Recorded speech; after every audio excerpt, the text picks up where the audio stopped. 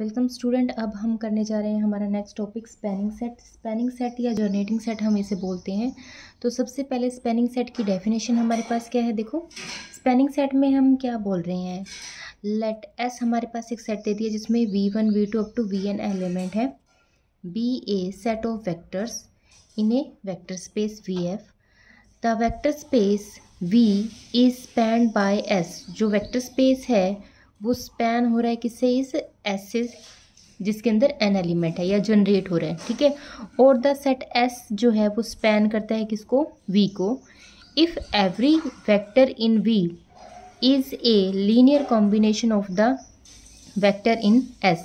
V का हर एक element जो है वो S के वेक्टर्स की लीनियर कॉम्बिनेशन में लिखा गया हो। ठीक है। क्या डिफाइन किया है, S के अंदर हमने n एलिमेंट लिए, ये हमने एक सेट बोला किसी वेक्टर स्पेस का। अब हम ये बोल रहे हैं ये जो S है वो स्पैन करता है पूरे वेक्टर स्पेस को। कब स्पैन करेगा, if every vector in V के अंदर जितने भी वेक्टर होंगे is a linear combination of the vector in S। वो लीनियर कॉम्बिनेशन में लिखे जाएंगे S के वेक्टर्स की। ठीक है। एक डेफिनेशन हम ऐसे भी डिफाइन कर रहे हैं, if W is a subspace of vector space. W हमने एक सबस्पेस लिया किसी वेक्टर स्पेस का। Then we say that the vector V1 V2 up to Vn spans W। ये जो n वेक्टर्स हैं ये स्पैन करते हैं किसको, इस सबस्पेस को। और the set this is a spanning set और जनरेटिंग सेट फॉर W। क्या क्या कंडीशन हो, if and only if each WI जो है वो किसका एलिमेंट हो, V का एलिमेंट हो। एंड सेकेंड कंडीशन क्या है, each vector in W is a linear combination of the vectors V1 V2 Vn। इस W के अंदर जितने भी वेक्टर होंगे वो सारे के सारे इन n एलिमेंट्स की लीनियर कॉम्बिनेशन में लिखे गए हों। ठीक है। अगर कोई W सबस्पेस इन दो कंडीशन को सेटिस्फाई कर रहा है कि ईच Vi जो है W के एलिमेंट हो और W के अंदर जितने भी एलिमेंट होंगे वो लीनियर कॉम्बिनेशन में होंगे किसकी, V1 V2 up to Vn elements की, तब हम बोलेंगे कि ये जो सेट है ये स्पैन करता है या जनरेट करता है किसको, W सबस्पेस को। ठीक है। उसके बाद हमारे पास है लीनियर स्पैन की डेफिनेशन। लीनियर स्पैन की डेफिनेशन देखो क्या है। लेट S हमने डिफाइन किया V1 V2 Vn, एक सेट लिया। Be a non empty subset of vector space VF। हमने ये एक सबसेट डिफाइन किया वेक्टर स्पेस का जो कैसा है, non empty. Then the set of all linear combination of finite set of element of S is called linear span of S। तो हमने क्या बोला, the set of all linear combinations, इस सेट की जितनी भी फाइनाइट लीनियर कॉम्बिनेशंस होंगी फाइनाइट एलिमेंट्स की, the set of all linear combination of finite set, इस फाइनाइट सेट की जितने भी लीनियर कॉम्बिनेशंस होंगी उनका हमने एक सेट बनाया of the element of S is called linear span of S। उन लीनियर कॉम्बिनेशन को हम क्या बोलेंगे, लीनियर स्पैन बोलेंगे, और उसे हम डिनोट करेंगे LS से या फिर इस फॉर्म से। ठीक है। तो LS के अंदर या S के अंदर क्या है, वो एलिमेंट्स पड़े हैं जो लीनियर कॉम्बिनेशन में लिखी गई हैं, कि सारे के सारे क्या है, वो लीनियर कॉम्बिनेशंस हैं और उनका हमने क्या किया, एक सेट बना दिया। तो उसे हम क्या बोल रहे हैं, लीनियर स्पैन, और उसे हम LS की फॉर्म से डिनोट करते हैं। ठीक है। तो लीनियर स्पैन में हम क्या लेके चलेंगे, लीनियर स्पैन में हमने S एलिमेंट्स में n एलिमेंट्स थे। ठीक है। जो क्या था, नॉन एम्प्टी सबसेट था किसी वेक्टर स्पेस का। तो हमने क्या किया, the set of all linear combinations of finite set of element of S के फाइनाइट नंबर ऑफ एलिमेंट्स जो है उनकी लीनियर कॉम्बिनेशन का हमने एक सेट बना लिया। तो वो है लीनियर स्पैन ऑफ S, और उसे हम LS से डिनोट करेंगे। ठीक है। आगे हम ऐसे कैसे डिफाइन करेंगे, और LS को हम ऐसे भी डिफाइन कर सकते हैं, जनरेटिंग सेट को हम LS को हमने लीनियर स्पैन बोला था। ठीक है। हम ऐसे भी नोट कर सकते हैं। और S के अंदर हमने n एलिमेंट्स लिए थे, उनको हमने कैसे लिख दिया, summation 1 to n AI Vi। AI जो है वो फील्ड के एलिमेंट रहेंगे और Vi जो है S के, जो n हमारे पास क्या है, फाइनाइट है। ठीक है। तो लीनियर स्पैन में हमारे पास ये एलिमेंट आएंगे। उसके बाद हमारे पास डेफिनेशन आती है finitely generated vector space. Finitely generated vector space क्या है, a vector space VF is said to be finitely generated vector space if there exists a finite subset S of V such that all the elements of V are generated by the element of S. ठीक है, S क्या है, एक finite subset है किसी vector space का। हम ये बोल रहे हैं फाइनाइटली जनरेटेड क्या होगा कि वी का हर एक एलिमेंट है such that all the elements of V are generated by the element of S. S के एलिमेंट से वो जनरेट कर जाए। ठीक है, तो वी किसके इक्वल हो जाएगा, एल एस के इक्वल हो जाएगा।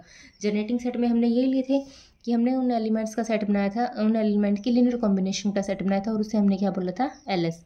तो वी का हर एक एलिमेंट जो है वो इनसे अगर जनरेट हो रहा है, इसका मतलब वो लीनियर कॉम्बिनेशन में लिखा गया है, इसका मतलब वी जो है वो किसके इक्वल हो जाएगा, एल एस के इक्वल। और उसके बाद हम ये भी बोल सकते हैं कि a vector space is generated by finite number of element और वेक्टर्स। ठीक है, अगर वेक्टर स्पेस जो है वो फाइनाइट नंबर ऑफ एलिमेंट से जनरेट हो रहा है तो उसे हम क्या बोलेंगे, फाइनाइटली जनरेटेड वेक्टर स्पेस। ठीक है, अगर वो फाइनाइट नंबर ऑफ एलिमेंट से जनरेट नहीं हो रहा तो उसे हम क्या बोलेंगे, इनफाइनाइटली जनरेटेड वेक्टर स्पेस। ठीक है, ये दो डेफिनेशन हमारे पास आ गई। फाइनाइटली जनरेटेड वेक्टर स्पेस में हमने क्या बोला कि कोई सबसेट था जिसके अंदर हमने फाइनाइट नंबर ऑफ एलिमेंट्स लिए, तो वी का हर एक एलिमेंट जो होगा उसे हम क्या बोलेंगे, all the elements of V are generated by the element of S. ठीक है, एस के हर एक एलिमेंट से जनरेट होगा। ठीक है, या वी के हर एक एलिमेंट जो है वो किससे जनरेट होगा, इस एस के एलिमेंट से जनरेट होगा।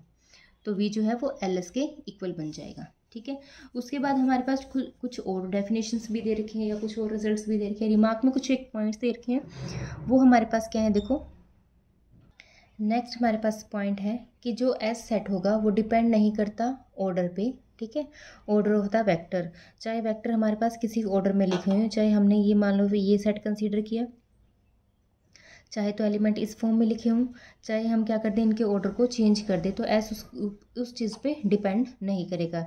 या हम इसमें एलिमेंट्स को रिपीट करके लिख दें। ठीक है, तो जो वेक्टर होंगे अगर वो रिपीट में भी लिखे होंगे तो एस जो है लीनियर स्पैन जो है वो डिपेंड नहीं करेगा इस चीज़ पे। ठीक है, एल एस जो है स्पैनिंग सेट जो है या लीनियर स्पैन जो है वो इस पर डिपेंड नहीं करता। उसके बाद हम क्या लेके चलते हैं, हम अगर ये लेके चल रहे हैं कि हमारे पास एलिमेंट कैसे हैं, मान लो हमारे पास एलिमेंट जो है वो क्या है, सेट हमारे पास है E1 E2 E3 का, जो हमारे पास क्या है 1 0 0 0 1 0 0 0 1। हमारे पास ये सेट है E1 E2 E3, इनको हम स्टैंडर्ड फॉर्म में लिख रहे हैं 1 0 0 0 1 0 0 0 1। ठीक है, ये हमारे पास क्या होगा, इज़ ए स्पैनिंग सेट या जनरेटिंग सेट भी बोल सकते हैं, set for the three dimensional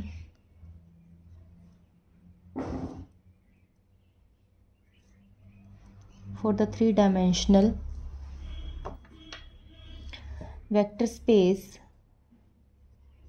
R3। ठीक है, R3 का ये हमने क्या ले लिया, थ्री डायमेंशन के वेक्टर्स ले लिए, मतलब कि हमने एक एलिमेंट्स लिया X Y Z, each element जो होगा आर के अंदर जो R3 में से होगा उसको हम इनके लीनियर कॉम्बिनेशंस में लिख सकते हैं। मतलब कि हम क्या लिख सकते हैं, एक्स वाई जेड अगर हमारे पास एलिमेंट है आर का तो उसे हम X into 1 0 0 plus Y into 0 1 0 plus Z into 0 0 1। ठीक है, इस फॉर्म में हम लिख सकते हैं। तो ये हमारे पास क्या बन जाएगा, एक्स इंटू इसको हम लिखेंगे E1 plus Y into E2 plus Z into E3।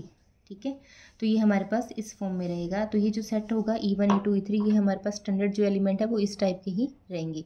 तो R3 का जो एलिमेंट हमने लिया था एक्स वाई जेड, या हर एक एलिमेंट जो होगा ईच एक्स वाई जेड जो होंगे वो इस फॉर्म में लेके जाएंगे। ठीक है, सिमिलरली हमारे पास क्या है, अगर हमारे पास सेट कैसा दे रखा है E1 E2 up to En तक दे रखा है।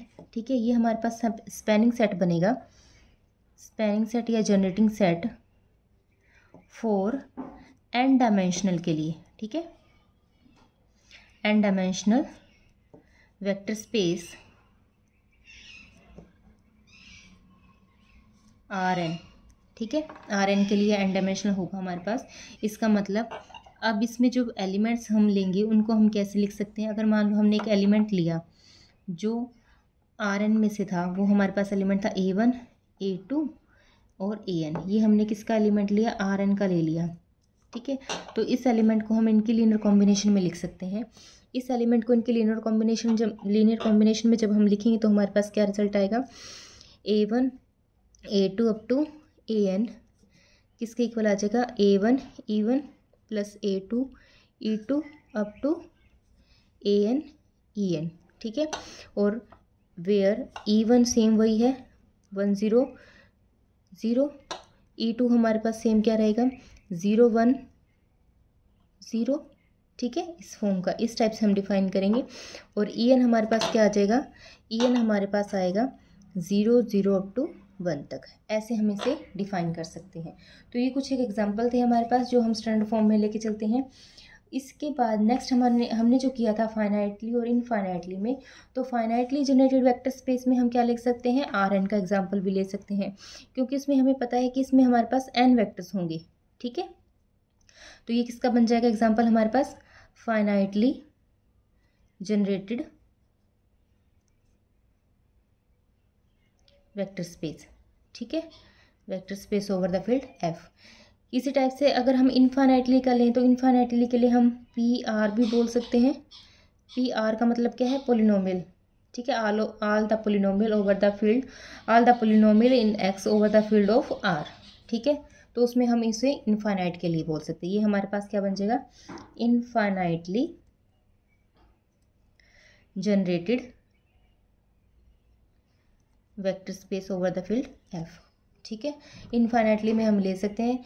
इसमें हम देखो पोलिनोमियल तो हमारे पास कोफिशिएंट x के रहेंगे, लेकिन जो एलिमेंट्स होंगे वो हमारे इनफाइनाइट फील्ड जो है वो क्या है, रियल नंबर्स का है। तो उसे हम पोलिनोमियल जो है कुछ ऐसा डिफाइन कर सकते हैं 1x फिर x² अप टू हमारे पास xn भी आ जाएगा, उसके बाद वाले टर्म्स भी आती रहेंगी, तो इसे हम इनफाइनाइट बोल सकते हैं, ठीक है।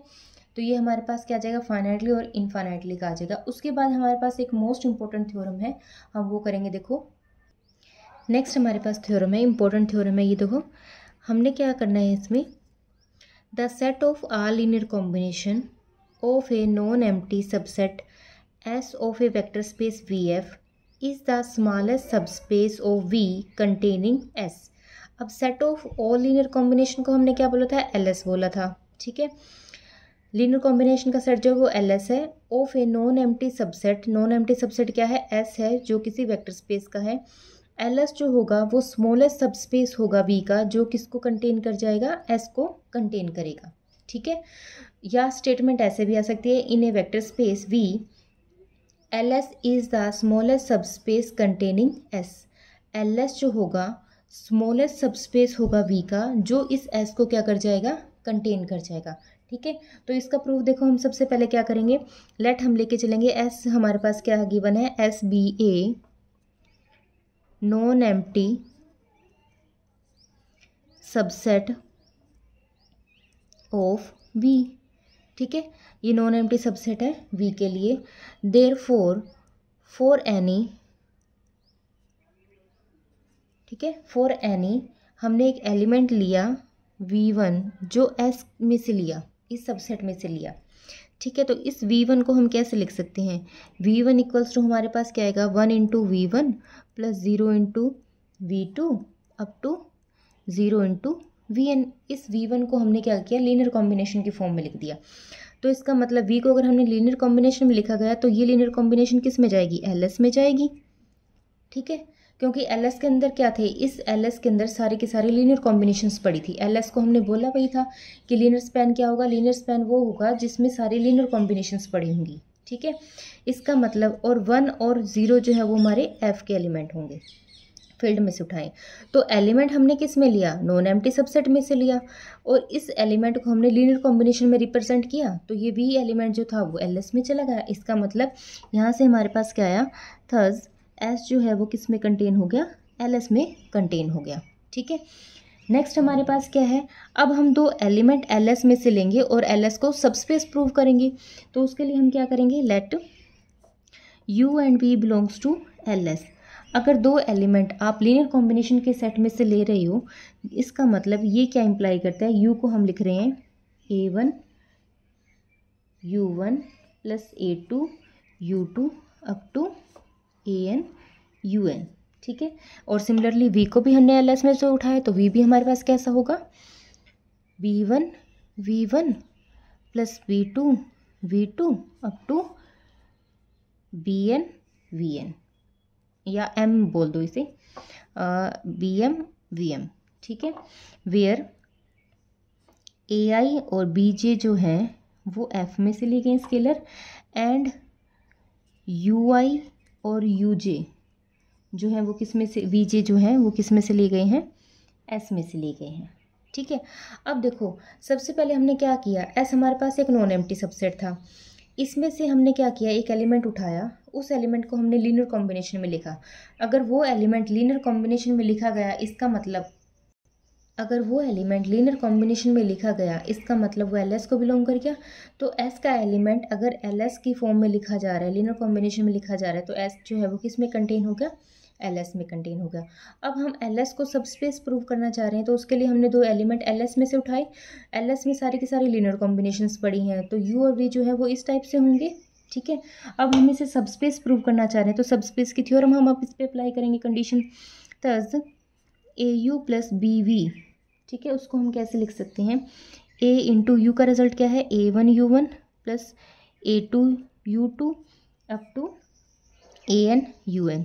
ठीक है, और प्लस में हम क्या करेंगे, B इंटू V का रिजल्ट हमारे पास क्या आया है, B1V1 plus B2V2 up to BMVM। ठीक है, अगेन इसको हम कैसे लिख सकते हैं, देखो इसको हम ये कोफिशिएंट्स इकट्ठे कर लेंगे और वेक्टर्स को अलग कर लेंगे, A1 और U1 को बाहर। ठीक है, यहाँ पे भी A2 और U2 को बाहर। सिमिलरली हम कैसे लिख लेंगे, AN को इकट्ठा और UN को अलग। सिमिलरली यहाँ पे हम क्या लिखेंगे, B की मल्टीप्लाई इससे करेंगे, तो B1 को इकट्ठा, V1 को अलग, B2 को इकट्ठा, V2 को अलग। ठीक है, और लास्ट में हमारे पास क्या आएगा, BN को इकट्ठा, VN को अलग। ठीक है, या M था, सॉरी यहाँ पे M। ठीक है, ये हमने लिख लिया। इसका मतलब दो वेक्टर्स को हमने क्या किया, लीनियर कॉम्बिनेशन में उठाया, उन लीनियर कॉम्बिनेशन को अगेन हमने क्या किया, इस फॉर्म में AU प्लस BV चेक किया। अगेन AU प्लस BV भी जो है वो भी एक अगेन लीनियर कॉम्बिनेशन को ही रिप्रेजेंट कर रही है। इसका मतलब U1 U2 up to UN। ठीक है, and V1 V2 up to VM, ये सारे के सारे किसको बिलोंग कर रहे हैं, बिलोंग्स टू LS, क्योंकि लीनियर कॉम्बिनेशन किस में जाएंगी, सारी की सारी LS में जाएंगी। ठीक है, इसका मतलब अगर AB फील्ड के एलिमेंट थे, तब AB belongs to F and UV हमने LS के एलिमेंट लिए थे। This implies that AU plus BV, इनकी जो कॉम्बिनेशन है वो भी किस में जा रही है, LS में जा रही है। ठीक है, तो यहाँ से हमारे पास क्या प्रूव हो गया, hence LS is a subspace of V containing S। ठीक है, जो S को क्या कर रहा है, कंटेन कर रहा है। सबसे पहले हमने क्या किया था, एक एलिमेंट किस में से उठाया था, S में से एक एलिमेंट उठाया था और उसको लीनियर कॉम्बिनेशन में लिखा। तो वो एलिमेंट जो S का था, अगर वो लीनियर कॉम्बिनेशन में आ रहा है तो वो LS में चला जाएगा, तो इसका मतलब S जो था वो LS में आ गया। अब चूंकि हम LS को क्या प्रूव करना चाहते हैं, सबस्पेस प्रूव करना चाहते हैं, तो दो एलिमेंट अब इसमें से उठाएंगे जो कि लीनियर कॉम्बिनेशन की फॉर्म में रहेंगे। अब उस पर हम सबस्पेस का रिजल्ट अप्लाई करेंगे, AU प्लस BV। अगर हम ये कंडीशन अप्लाई कर रहे हैं तो अगेन ये कॉम्बिनेशन जो है वो अगेन क्या बनेगा, एक लीनियर कॉम्बिनेशन की फॉर्म में ही बनेगा। ठीक है, इसका मतलब ये सारे के सारे एलिमेंट्स LS को बिलोंग होगी। ठीक है, जो सारे के सारे एलिमेंट किसके थे, S के थे। ठीक है, तो हमने क्या किया, अगर A B F में से हैं एंड U और B LS में आ रहे हैं, तो उनकी कॉम्बिनेशन फॉर्म भी किस में जाएगी, LS में जाएगी। तो LS को हमने यहाँ पे क्या प्रूव कर दिया, LS को सबस्पेस प्रूव कर दिया V का, जो इस S को कंटेन कर रहा है। ठीक है, उसके बाद हमें इसे स्मॉलेस्ट प्रूव करना है। तो स्मॉलेस्ट प्रूव करने के लिए देखो हम क्या करेंगे, स्मॉलेस्ट प्रूव करने के लिए हम क्या करेंगे, we shall now show that LS जो है वो क्या होगा, is the smallest subspace of V containing S, जो एस को कंटेन करता है।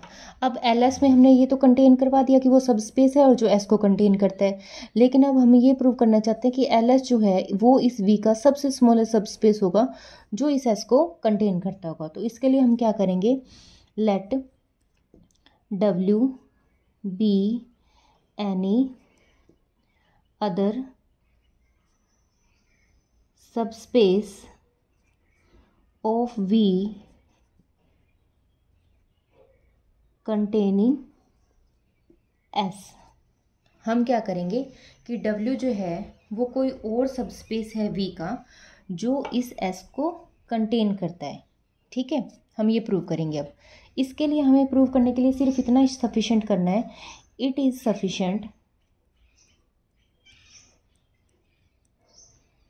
सफिशेंट टू शो दैट, हम ये कर दें, एल एस को हमने स्मॉलेस्ट बताना है, तो उसके लिए हमने क्या बोला कि हम W को एक नया सब स्पेस लेके चले हैं V का, कोई और सब स्पेस जो S को कंटेन करता है। ठीक है, S भी उसके अंदर जा रहा है, मतलब W बड़ा है।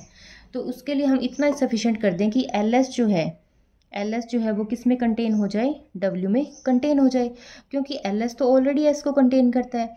अब हम W को बोल रहे हैं कि W जो है वो कोई और सब स्पेस है V का जो इस S को कंटेन करता है।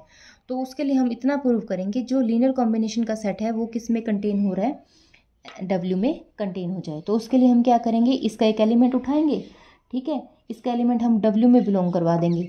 तो हम क्या करेंगे, नाउ हमने एक एलिमेंट लिया U जो LS में से है। ठीक है, इसका मतलब U को हम कैसे लिख रहे हैं, U equals to A1 U1 plus A2 up to AN UN। ठीक है, वेयर AI जो है वो F में से है एंड UI जो है वो सारे के सारे S में से हैं। ठीक है, तो अब देखो आल्सो UI जो था वो S के अंदर भी था। ठीक है, अब यहाँ से जब S जो है वो W में कंटेन हो रहा है, ठीक है, तो इसका मतलब UI जो है वो भी किस में होगा, W में होगा। UI जो है वो किस में आ गया, W में आ गया। ठीक है, क्यों आ गया, क्योंकि since W is a subspace containing S। ठीक है, जो S को कंटेन करते हैं। इसका मतलब जो एलिमेंट S का था वो W में तो होगा ही होगा। ठीक है, तो इसका मतलब जो हम लीनियर कॉम्बिनेशन ले रहे थे A1 U1 plus A2 U2 up to AN UN, वो किस में आ गई, W में आ गई। ठीक है, यहाँ से अगर कॉम्बिनेशन W में आ रही है तो ये कॉम्बिनेशन किसके इक्वल थी, U के इक्वल थी, तो U किस में आ जाएगा, W में। और U एलिमेंट हमने उठाया किस में से था, LS में से उठाया, तो LS किस में कंटेन हो गया, W में कंटेन हो गया। ठीक है, तो यहाँ से ये थ्योरम प्रूफ होती है। इसका मतलब W जो है वो एक सबस्पेस है जो किसको कंटेन करता है, LS को कंटेन करता है, और W जो है वो हमारे पास क्या होगा, स्मॉलेस्ट होगा। ठीक है, आज के लेक्चर में हम इतना करेंगे। Thank you.